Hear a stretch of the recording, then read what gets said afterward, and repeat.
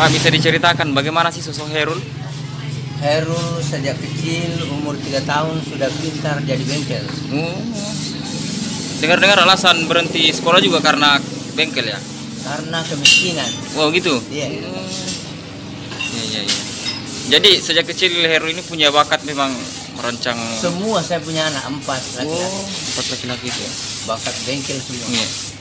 Jadi selama pengerjaan pesawatnya ini Herul, apakah ada bantuan dari Bapak juga, masukan-masukan?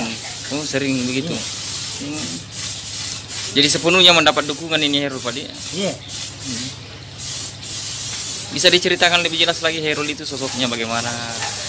Sosoknya selalu dia mau Iya. punya kelebihan yang tidak bisa orang lain. Oh, selalu mau lebih Iya. unggul dari yang lain. Iya. Kalau dia seperti motor cross, Iya.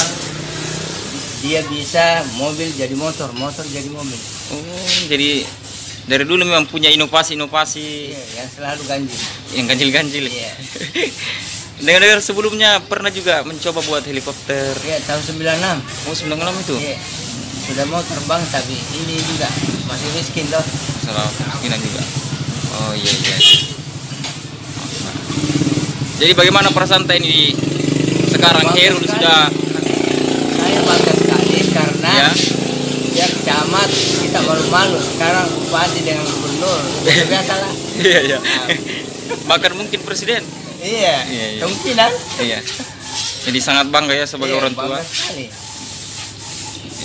Apa pesan untuk Herul ini ke depan?